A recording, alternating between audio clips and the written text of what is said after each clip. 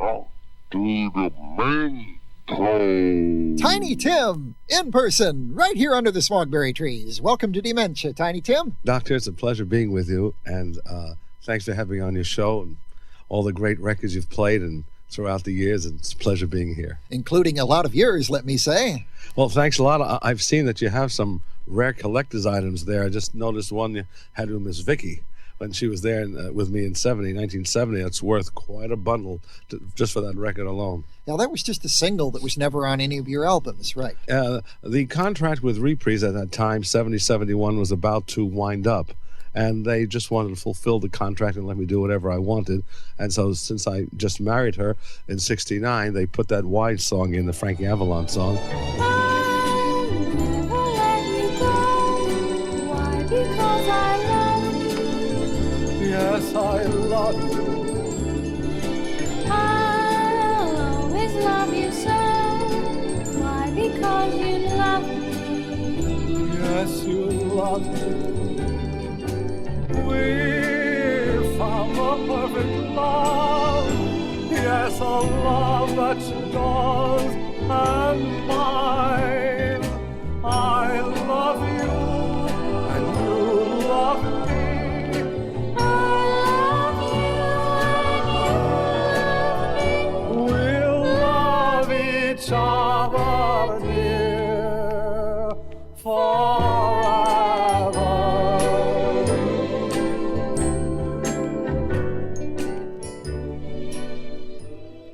And that's Tiny Tim with Miss Vicky and a rare single called Why. But the real reason that I've had you here, Tiny Tim, is to talk about your brand new record. And in a moment, we will have the premiere of this brand new record that you've just made. Quite a different kind of a song. Tell me about it. It was a song that a gentleman I met, he was a fan when he was 6 years old, Stuart Hirsch, and now he's head one of the broadcasting companies up there in Yonkers.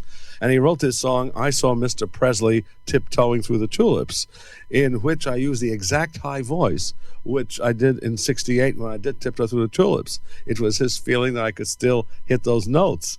And it did take a while, but thank God he was right because, it sounds almost like a 68 version.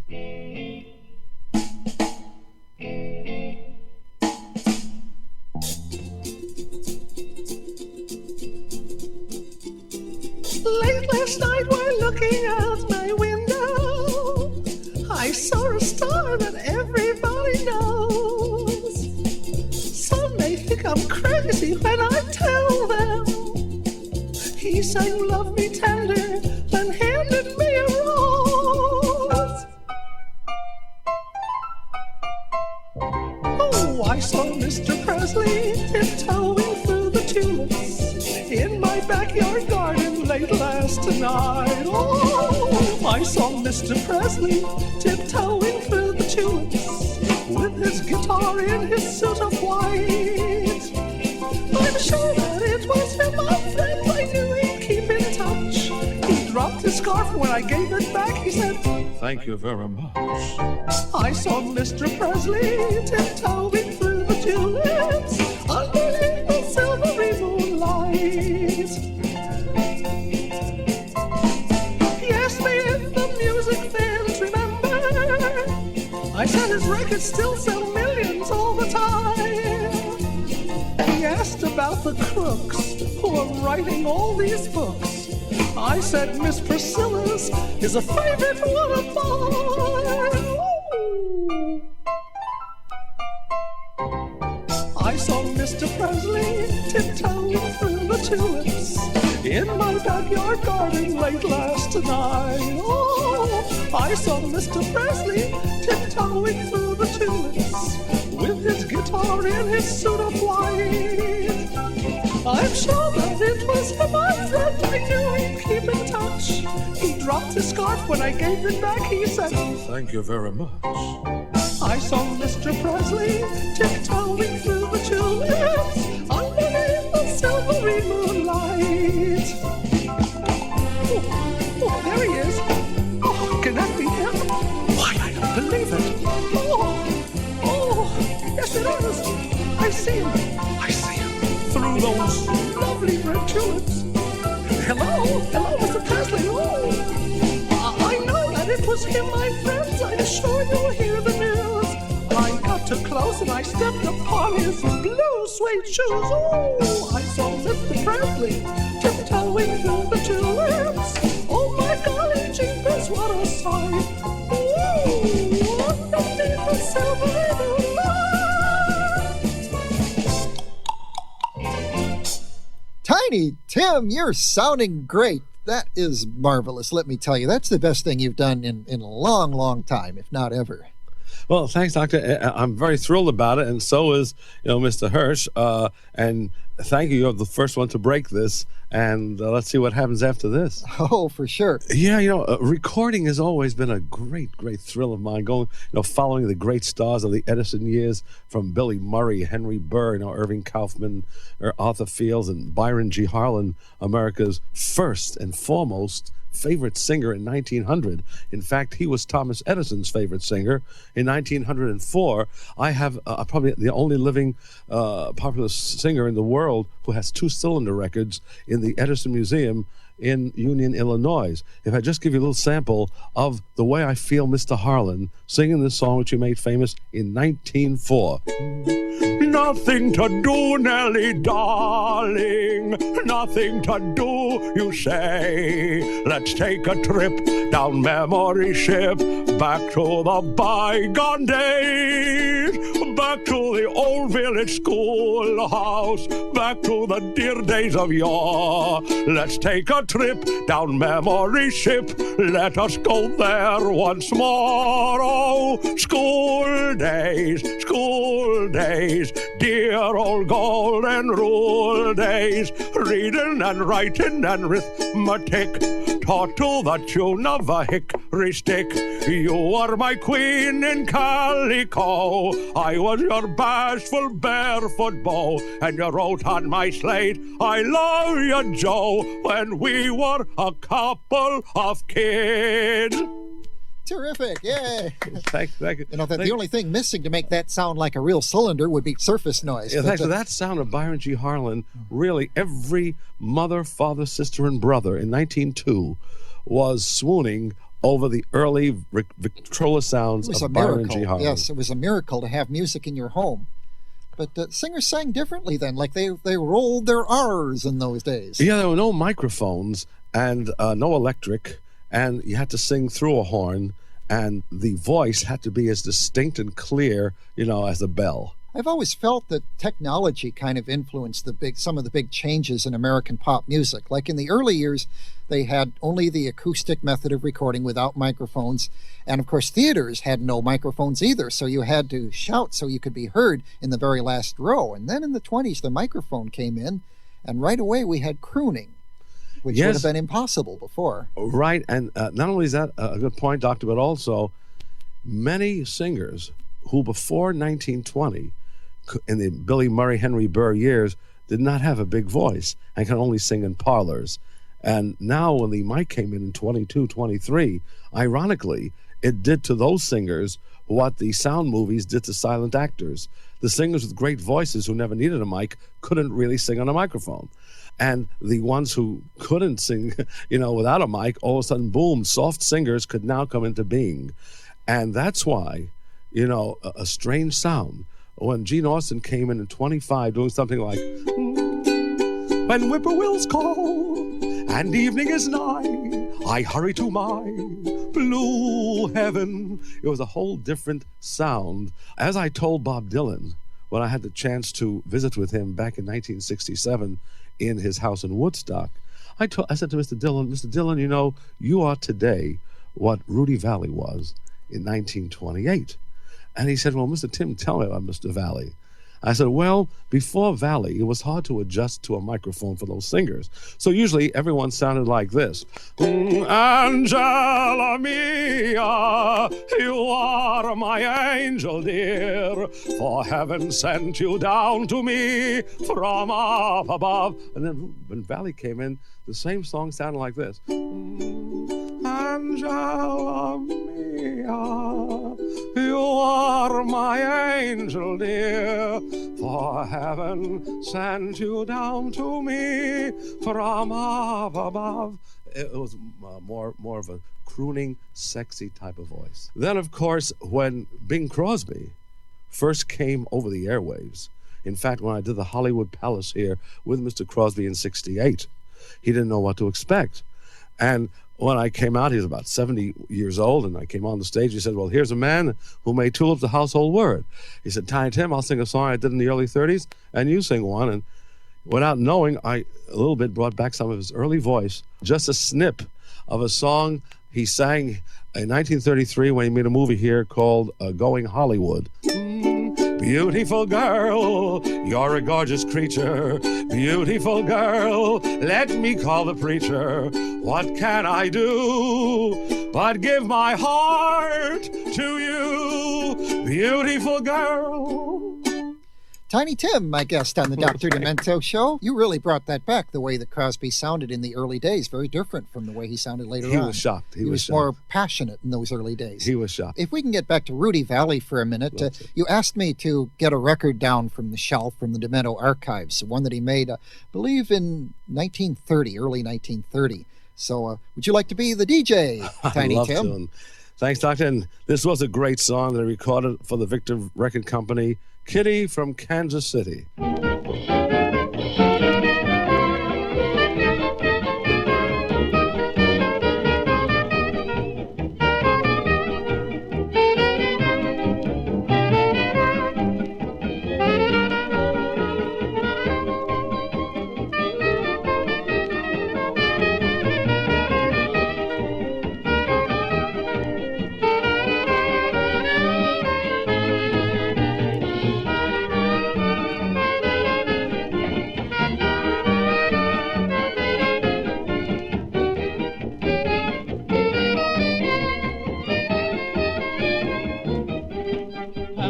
Kitty from Kansas City, sure was a pity she wasn't pretty.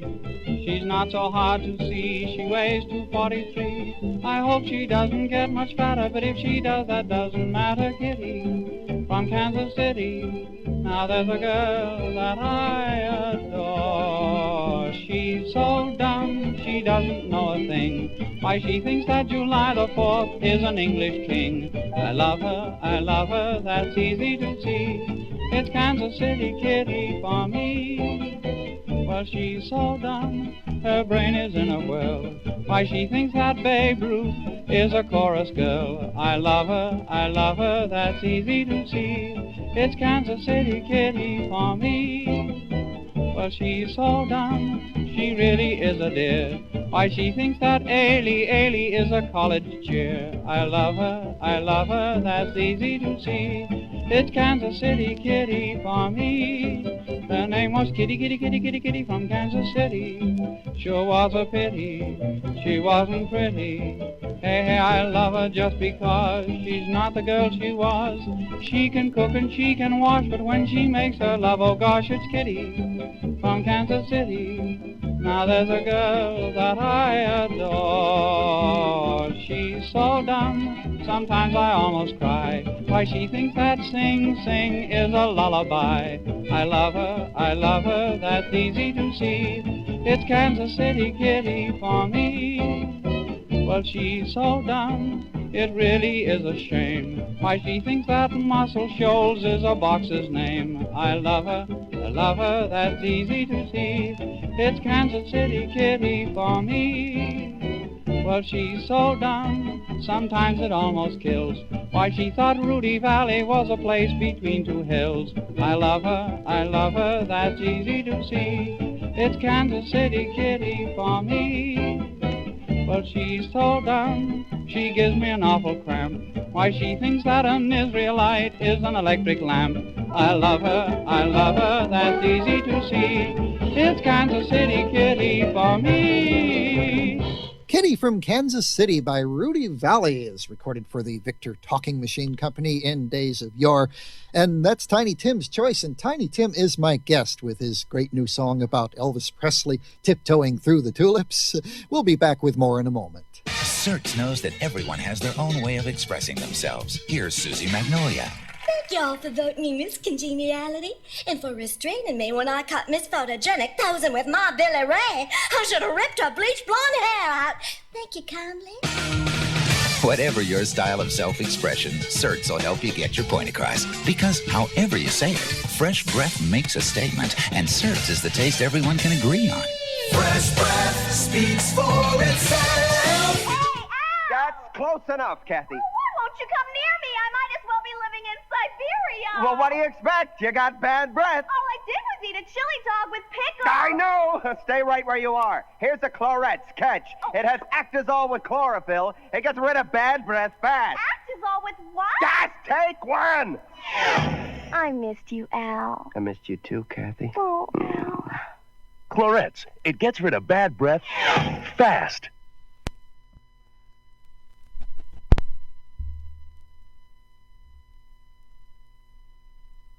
Dr. Demento. I'm Dr. Demento, and my guest, Tiny Tim. You once made a record with the Beatles, one of their Christmas records. Tell me about that experience. That was a thrill. I was asked in 1968. I was in Manhattan, and somebody said George Harrison was in town, and he wanted to meet me. I said, gee, great. And apparently I was led up to his apartment, and when I knocked on the door, 4 people came out of the closet. One of them was George Harrison, but not the 3 Beatles. He was there with Jane Asher, and as soon as I saw this giant of the industry, I was tongue-tied. And the only thing I could tell him was, Mr. Harrison, back in 1966, I was in love with this girl named Jill, and I wonder if I could sing a song to you that you wrote or you sang. And he said, sure. And here I was singing for Mr. Harrison, just to sing I did a Nowhere Man in a high voice, And he said, stop, wait a minute. And he put on his tape recorder. He said, just sing Merry Christmas Beatles, say hello to the Beatles, and sing this song, which I did. And Collector's item now, too. Unbelievable. What were some of the first songs that you ever performed in public when you first began singing? Oh, that's a good question, Doctor. The first one I know I sang in public was at a Jolson concert. A contest in New York, in Yorkville, at the Lowe's Orpheum. What was this, Al Jolson impressions? Right. I see. And I won second prize, much to dismay of a mother whose son got out of the running. Uh-huh. And I remember I just did just a snip of this song that he did, the April showers may come your way. And I pointed to the balcony, look, they bring the flowers that bloom in May, and it brought the house down, and that was the first performance I remember doing. Okay. So was God Bless Tiny Tim, an album that became a sensation across the country in 1968, was that your first record, or had you done some recording before that? I've done recordings way before that, but this was the first major album that really hit.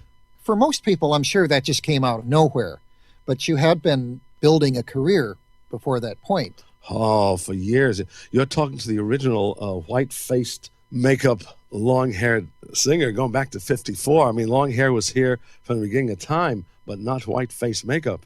And I had worn this back in 54. The parents wondered where he came from. The relatives ran away. I got all the free seats at the subway trains in 55 and 6 and 7. Were you singing Tiptoe Through the Tulips and that kind of thing? Not till about 59. But at that time, I was singing whatever was popular today. Songs like Tweedledee. I was singing a lot of rock songs. Tweedledee. Laverne Baker did that. And Sincerely, Happy Birthday, Baby. And all these songs. 50s, yeah. What kind of places did you perform in? All talent nights. Talent nights all over New York City, Jersey. And you were called Tiny Tim? No, that time was called Larry Love. Oh, okay. I was Larry Love. In the early 60s, I was called Darry Dover. And then about 61 or 2, I was finally named Tiny Tim. How did you get the name? I met this gentleman, my name is George King. An idea came to him. He called me Sir Timothy Thames, cut it down to Tiny Tim. Apparently it caught on. Then, of course, came the album God Bless Tiny Tim, produced by Richard Perry. Right. Several other albums for Reprise that were all wonderful. Thank you. And then a whole lot of records for a lot of different companies, including recently you made a country album. I've never been able to find that one. But, Doctor, it has never been released. Really? It's still down in Nashville. We heard about it on the news one night. There was a single from that album called Leave Me Satisfied, which hit the first chart song in 20 years. It hit Billboard back in April, but it wasn't strong enough. But we have lots of other records of yours, like I think Until the New One. My favorite of yours, of the ones done after the God Bless Tiny Tim in that period, is this one about Mr. Ed. A horse is a horse, of course, and no one can talk to a horse, of course. That is, of course, unless the horse is the famous Mr. Ed. Go right to the source and ask the horse. He'll give you the answer that you endorse. He's always on a steady course. Talk to Mr. Ed. People yakety-yak a streak and waste your time of day. But Mr. Ed will never speak unless he has something to say. A horse is a horse, of course, and this one will talk till his voice is hoarse. You never heard of a talking horse? I am Mr. Ed.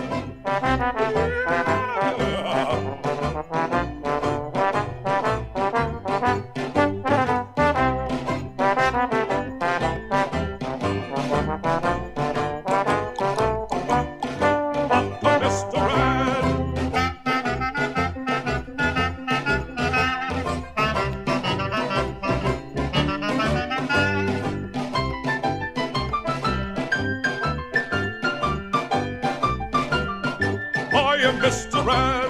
A horse is a horse, of course. No one can talk to a horse, of course. That is, of course, unless the horse is the famous Mr. Ed. Go right to the source and ask the horse. He'll give you the answer that you endorse. He's always on a steady course. Talk to Mr. Ed. People yakety-yak a streak and waste your time a day. But Mr. Ed will never speak unless he has something to say. A horse is a horse, of course, and this one will talk till his voice is hoarse. You never heard of a talking horse?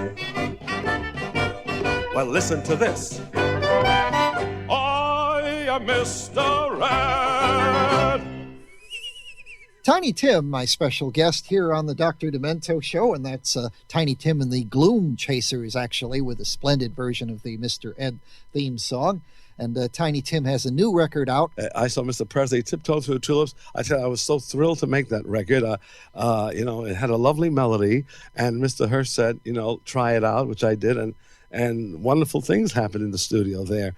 Mr. Florio, who plays the piano, did an excellent job on that, too. And if you missed that one on today's show, Dementites and Dementoids, we will play it again next week. Who are some of the artists of today that you enjoy listening to?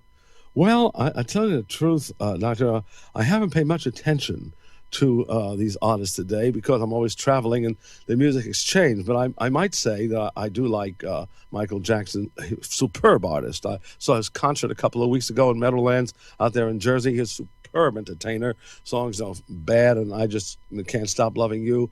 Liberian Girl, superb entertainer. And I have records of Richard Marx singing Hold On Through the Night, and Steve Winwood, Roll With It Baby. So I do keep up with today's songs. These artists are very good today. Every period has their own time, but the artists of the past had their own individuality. Oh, yes. How do you compare the songwriting of today with that of the past? Well, there's no comparison. The songs of today are good. The ones of the past were great. The melodies I'm going back to the 1890s, were for mother, home, and country.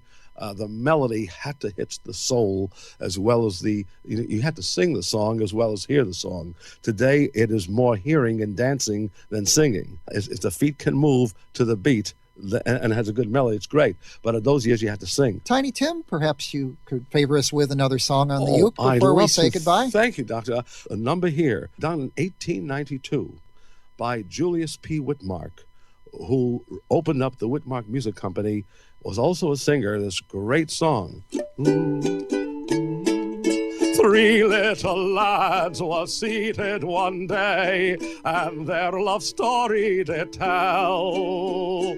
Tom told of Kitty, who was so pretty. Frank told of his sweetheart Nell. Then the last one to speak was poor little Jack. Unto his pals he did say, I'll tell you of one who's equal to none. And this was his story that day. Her eyes don't shine like diamonds. She has no golden hair. I know she loves me dearly, so what more need I care? With a smile she always greets me. From her I ne'er will part. For lads, I love my mother, and she's my sweetheart. For lads, I love my mother, and she's my sweetheart. Well, they sure don't write them like that anymore. That can still bring a little glint to my eye, I think. Tiny Tim, my guest on the Dr. Demento Show. Best of luck with your new record. Thank you so much for coming. Doctor, thank you. It's a pleasure being on your show. Great to have you here. My pleasure. Hey, Mark, it's me, Tom. Go away, Tom. Leave me alone. I feel like I'm a dangerous criminal. Nobody will come near me. Well, it's no wonder. You got bad breath. All I did was eat a meatball hero with a couple of onions on it. Yeah, no fooling. Look, what if I take a Clorette? It has Actazole with chlorophyll. It gets rid of bad breath fast. Well, take one, for crying out loud. So how's it going, Mark? Not bad. How about yourself, Tom? Clorettes. It gets rid of bad breath fast. Certs knows that everyone has their own way of expressing themselves. Here's Fred Blocker. $40. Do I hear 50? 50. Do I hear 60? George Washington kept his teeth in here. 60. Going once, twice. Sold to the lady in the pink dress. Thanks, Mom. Whatever your style of self-expression, Certs will help you get your point across. Because however you say it, fresh breath makes a statement, and Certs is the taste everyone can agree on. Fresh breath speaks for it.